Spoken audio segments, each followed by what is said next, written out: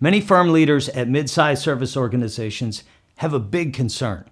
It's called Rainmaker Culture, and it goes like this. A few people at their firm have the Midas touch. They can turn to gold anything that they touch. These people can make it rain.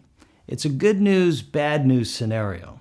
The good news is that you have some people who know how to generate and close business. Every company needs that. These people often account for a very large percentage of annual revenue, sometimes more than 80%. Rainmakers are worth their weight in gold. That's the good news. The bad news is a bit more complex, and it has multiple parts. Rainmakers limit firm growth. Rainmakers create unhealthy dependencies on them and their ability to perform. In some instances, rainmakers can hold the firm hostage. CEOs, managing partners, founders, and presidents of medium-sized service firms see the results that rainmakers produce. They see the outcomes: new clients, new revenue, and new deals. But they often don't see how rainmakers make the rain. They don't see the steps that rainmakers take to get that deal, client, and new revenue. That lack of visibility often makes them very uncomfortable. Well, I have some good news here. You can break the grip of Rainmaker culture and produce an environment of nearly unlimited growth potential for your firm. But to do this, you have to position the right way, you have to make the right promises, you have to tell the right stories, and you have to have the right process. Let me show you how to do this.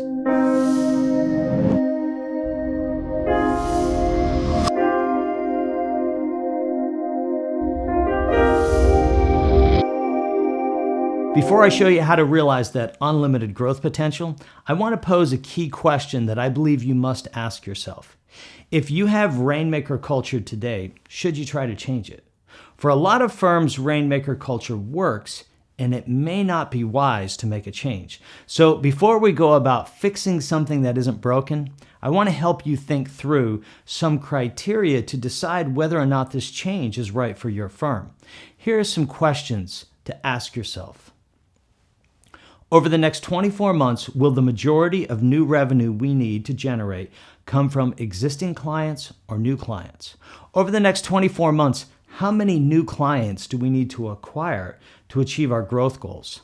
How many people do we reasonably need in business development to acquire those clients, and what are the skill sets of those people? How confident am I today that the people we have in business development will achieve the goals that we've set? Do they have the right skills and processes? How complex is our new client acquisition process, and how many steps are involved in this? Are those steps clearly understood by the business development team? Do they have a demonstrated history of producing the outcomes that we need to see?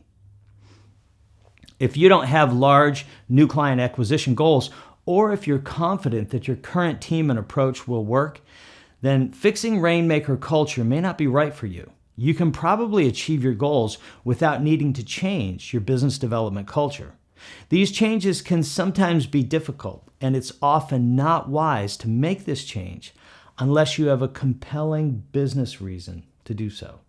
However, if you need to acquire a large number of new clients, if you need a number of highly skilled people doing this, if you're not confident that your current approach will work, then changing business development culture is probably necessary. Before I talk about how to improve business development, I want to explore the pros and cons of Rainmaker culture so we can understand the best approach. Here are the pros that I see. It works. Medium-sized service firms get a lot of money flowing through the front door because of Rainmakers. Rainmakers are typically some of your most confident people, and that confidence is infectious and can inspire others in the company to act with greater confidence. Rainmakers are usually experts in their field. They know the industry, the needs of prospects, and the competitive landscape. Rainmakers are typically very good at positioning your services in front of prospective clients. They're masters at creating a bridge between prospect needs and your capabilities. Rainmakers have a clear sense of the ideal client profile. They know who they serve and what those clients need. Rainmakers are very good at managing sales campaigns. They know the steps that need to be taken to find decision makers with budget authority, discover needs, develop a scope of services, and close a deal. These are the attributes that make Rainmakers really effective. Now, let's look at the cons of Rainmaker culture. Rainmakers are often unconsciously competent. They're very good at what they do, but not so good at explaining to others how and why they do what they do. Rainmakers are often not good teachers. They often don't like to share their secrets with others because they're concerned that this might weaken their influence inside their firms. Rainmakers are very busy people. They're in demand. This means they don't have time to spend with others who could benefit from their influence and wisdom. Rainmakers can be high maintenance and difficult to work with, especially with firm leaders. The worst part about Rainmaker culture in some instances may be the way they hold their company hostage. Rainmakers can throw tantrums and get away with it. They can be disruptive to operations. They can even be abusive. I've seen this more than once. But even if Rainmakers are wonderful people, they're still a problem. In many instances, the founder of a firm or a very senior executive is also a Rainmaker. They're responsible to do their day job, running the firm, while also producing revenue. While they may hold the respect and admiration of everyone around them, they're still limited. There are only so many hours in a day. Have you ever heard the saying, if only we could clone them? This is often what senior leaders at mid-sized service firms say about Rainmakers. If only everyone could do what John does. If only everyone could produce like Sally. But they can't. The biggest challenge with Rainmaker culture is that it's not scalable. And because of that, a service firm is limited in how much it can grow. Let me say for the record that I don't believe it's wise to try to replicate Rainmakers. These are people, and they have their own style, their own approach to doing things. If you try to make John more like Sally, John may not like this, and Sally probably won't like John tagging along on her client calls. Usually the counsel, be more like Sally, it just doesn't work. But here is what does work. Rainmakers are usually crystal clear about a few things. They know who they serve. They have a clear profile of their ideal client and only talk to people who fit this profile. They know how to get to decision makers who exhibit the 5 sales-ready characteristics: need, budget, timeline, reason, and willingness to engage in dialogue. They manage multiple deals at the same time. They're not just working on one deal at a time. They know where people are in the overall process. They are very process-driven. They know that a deal comes at the end of a long set of steps, and they know exactly what those steps look like and how to pull prospects to the next step. They know how to avoid time wasters. They can smell a deal or not very quickly. They know what promises to make and how to prove that they can deliver against those promises. They know what questions to ask in discovery. They understand that not all questions are equal, and some will have greater impact than others. They're very good listeners. They take notes and often reflect back to prospects what they heard. They are also good at hearing and articulating unspoken needs.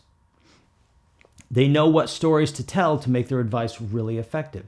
They're often able to turn conversations into mini case studies where their counsel is very persuasive. They know how to build a bridge between a prospect's needs and their service offerings. They have very good people skills. They know how to work with a variety of personality types. They know how and when to close a deal. They don't leave things hanging, but they also don't ask for a piece of business at the wrong time. They have an impeccable sense of timing.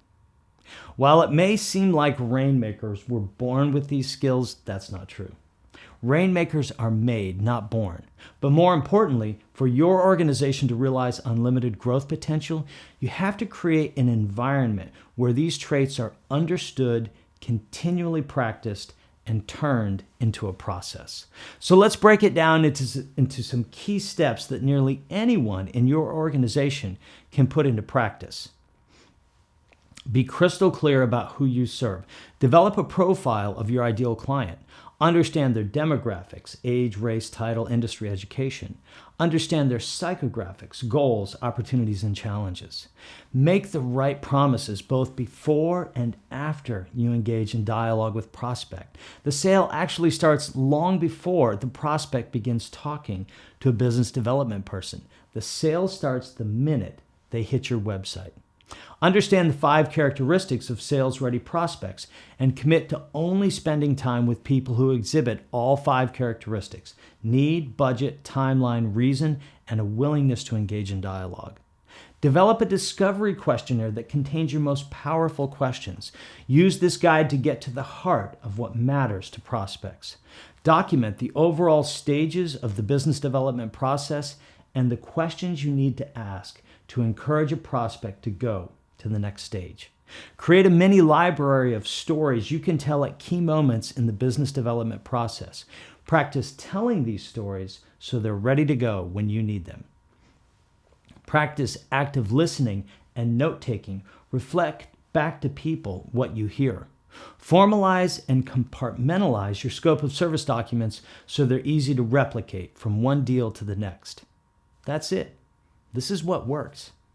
Anyone can do this who has a decent understanding of your industry and your services. You can demystify the Rainmaker process and give your firm unlimited growth potential by putting these practices in place. Now, I know what you're probably thinking at this point. You might say, Randy, that's all well and good once someone is leaning into us. But it's the reputation of the Rainmaker that gets people leaning in the first place. When prospects come into dialogue with us, they want to talk to the Rainmaker, who is a high-profile figure in our industry. Guilty as charged. There are some things that cannot be replicated by Rainmakers who are not visible experts in their industry. However, the goal of most mid-sized service firms is not so much to do away with Rainmakers as it is to replicate their success. The goal is to transfer the capabilities of the Rainmaker to other people in your organization. If Rainmakers can learn how to work with a team to deliver an experience that is deeply satisfying to prospects, then your firm can grow exponentially. You can leverage your Rainmaker status to hand off relationships to other people in your firm. Now, you can't do bait and switch where the Rainmaker disappears from the relationship, but you can learn and practice a team approach to business development that gives you nearly unlimited growth potential.